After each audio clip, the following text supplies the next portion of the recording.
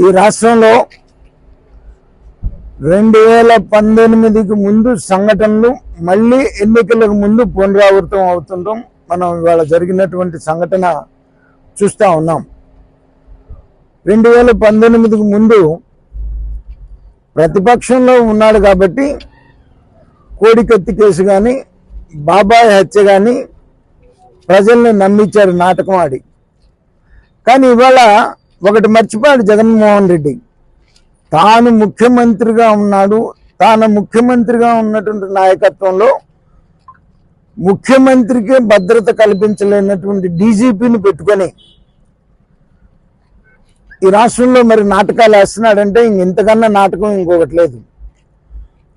ముఖ్యమంత్రికి చిత్తశుద్ధి ఉంటే డీజీపీని సస్పెండ్ చేసి వెంటనే నిష్పక్షపాతంగా ఎంక్వైరీ చేసి ఎవరైతే ముఖ్యమంత్రి మీద రాయి వేశారో వాళ్ళని పట్టుకొని కోడికత్తి కేసులో ఏ రకంగా అయితే ఒక అమాయకుడు బలైపోయాడో అట్లా మళ్ళీ అమాయకుల్ని బలి చేయకుండా నిజంగా భద్రతా లోపం వల్ల జరిగినటువంటి, భద్రతా లోపం కూడా కాదు, భద్రత కల్పించలేనటువంటి ప్రభుత్వం, ముఖ్యమంత్రికే భద్రత లేనటువంటి ప్రభుత్వంలో మరి ముఖ్యమంత్రిగా ఎందుకుంటున్నాడో నాకైతే అర్థం కావట్లా.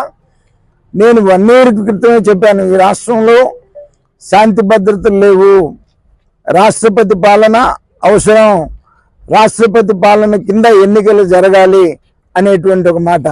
మరి వాళ్ళ ముఖ్యమంత్రి కనుక ఏమాత్రం చిత్తశుద్ధి ఉన్నా వెంటనే డీజీపీని సస్పెండ్ చేసి సమర్థుడైనటువంటి డీజీపీని వేసి ఎంక్వైరీ చేసి తన మీద రాయేసినటువంటి వాడి మీద పట్టుకొని శిక్షించాల్సిందిగా మేము డిమాండ్ చేస్తున్నాం.